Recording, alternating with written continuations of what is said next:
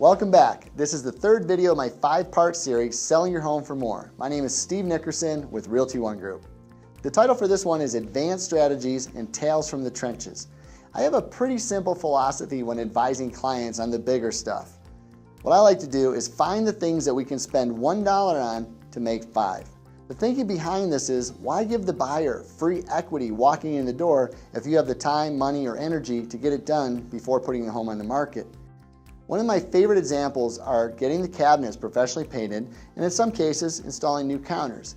Kitchens are a great place to invest your dollars that will pay back a good return because it will attract emotional buyers vying to pay the most possible to get your home. And don't worry if you aren't able to do this yourself, because as I've mentioned before, I have a referral for you for people that do great jobs and are very reasonably priced. I promise to share some tales from the trenches, so without further ado, the first story I want to share was an extremely tough situation that I had a little while back. It was a home that was newer, but it was very neglected in the short time that the sellers had lived there. Between the kids and the pets having full run of the place, it just wasn't market ready by any means. I assessed the situation to help them come up with the best plan. I knew if they were still living there in the house when we went to sell, it would be tough. But the good thing was that they were relocating out of state, so we waited just a bit until they were out.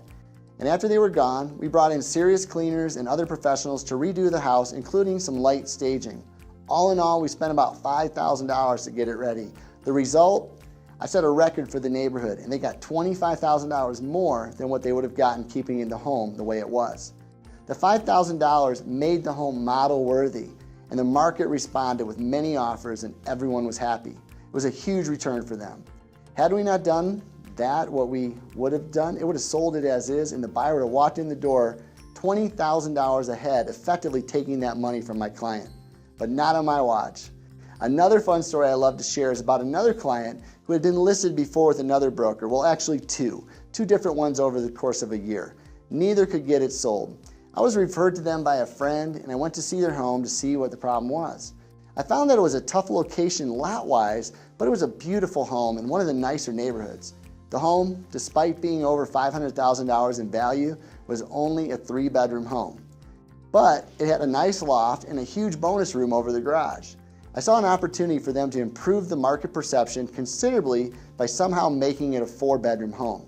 Now we had two options. One was to close in this awesome loft area, which would have required building 2 walls, a doorway, and a closet. Not only a lot of money, but it would have cut off the upstairs sun. It would have been trapped in that room by closing in the walls. And that sunlight currently spread over this beautiful 2-story great room below. So instead, I advised them to add a closet in the bonus room, and just like that, we had it done. I set them up with a vendor of mine. They spent about $1,800, and the home now could be marketed as a true 4-bedroom home. When we put the home on the market, it was as if the floodgates were lifted, and they had more showings in a weekend than in a year with the 2 other brokers. We of course sold the house in record time, and they got a price far beyond what they inspected.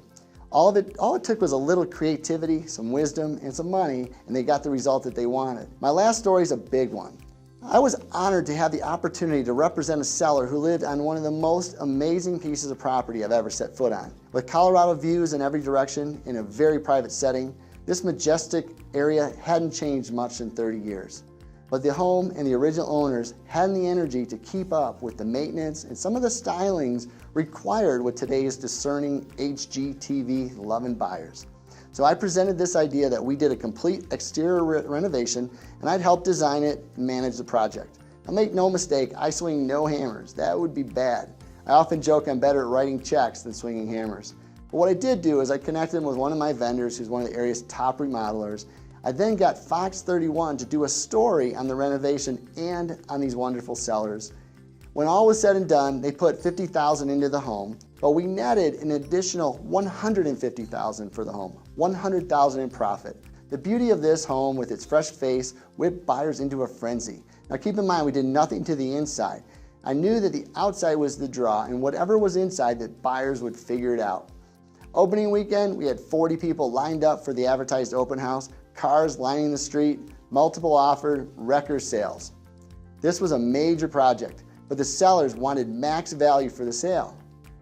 And we didn't give away the equity to the buyer. It was another big win for a smart seller. Now remember, these were advanced strategies and all these stories had different situations. The common denominator was that each seller was willing to do something to maximize their value and ultimately their equity. Most of my clients don't go to that extreme. I have hundreds of stories in all shapes and sizes where clients maximize their value following my advice. Out of the years of experience, I've developed a tool that I call the Strategy Planning Matrix. It's to help sellers maximize whatever the situation is and to help them pick the perfect strategy. And guess what? I'm going to cover that with you on the next video. I'll see you there.